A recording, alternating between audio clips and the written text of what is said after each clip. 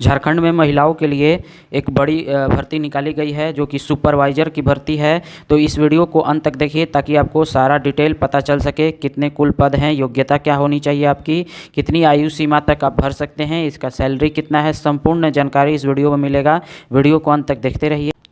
तो ये आप नोटिफिकेशन देख सकते हैं, यहाँ पर लिखा है झारखंड कर्मचारी चयन आयोग।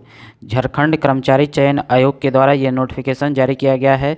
नीचे में आ जाते हैं, यहाँ पर हम परीक्षा शुल्क की बात करें तो यानी कि इसके ऑनलाइन करने का जो परीक्षा शुल्क है ये आपका 100 रुपया है। ये जनरल ओबीसी के लिए है और जो झारखंड के बाहर के हैं उनके लिए है। बाकी यहाँ पर नीचे में लिखा गया है परीक्षा शुल्क में छूट झारखंड राज्य के अनुसूचित जनजाति अनुसूचित जाति, यानी कि झारखंड राज्य के अनुसूचित जनजाति और अनुसूचित जाति के अभ्यर्थियों के लिए परीक्षा शुल्क 50 रुपये है। तो जो अब झारखंड राज्य के हैं अनुसूचित जाति और अनुसूचित जनजाति, इनके लिए जो शुल्क रखा गया है ये हमारा 50 रुपये रखा गया है। फिर हम वेतन की बात करें तो यहाँ पर वेतन देख सकते हैं, पदनाम महिला पर्यवेक्षिका, इनका जो वेतन होने वाला है 35,400 से लेकर 1,12,400 तक होने वाला है इनका वेतन। यानी कि सुपरवाइज़र का जो महिला सुपरवाइज़र है इनका वेतन होने वाला है 35,400 से 1,12,400 तक। अब यहाँ पर उम्र सीमा की बात कर ले, यानी कि आपका कितना जो है एज होना चाहिए। तो यहाँ पर देख सकते हैं न्यूनतम उम्र सीमा 21 वर्ष, यानी कि सबसे जो कम आयु होना चाहिए 21 वर्ष के आप होने चाहिए सबसे कम। और अधिकतम उम्र सीमा की बात करें तो महिला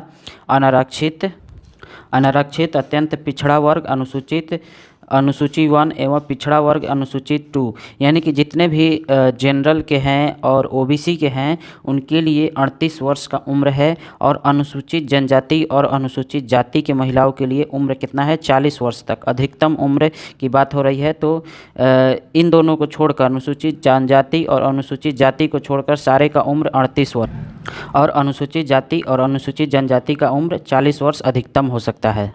अब यहाँ पर पद की बात करेंगे, टोटल पद कितने हैं, यानी कि जो सीट कितने हैं। तो यहाँ पर देख सकते हैं कि टोटल जो है 444 सीट है, जिसमें कि अनारक्षित के लिए 187 सीट है, अनुसूचित जनजाति के लिए 101 सीट है, अनुसूचित जाति के लिए 35 सीट है, अत्यंत पिछड़ा वर्ग अनुसूची 1 वाले के लिए 42 सीट है, पिछड़ा वर्ग अनुसूची 2 वाले के लिए 35 सीट है, आर्थिक रूप से कमज़ोर वर्ग के लिए 44 सीट है।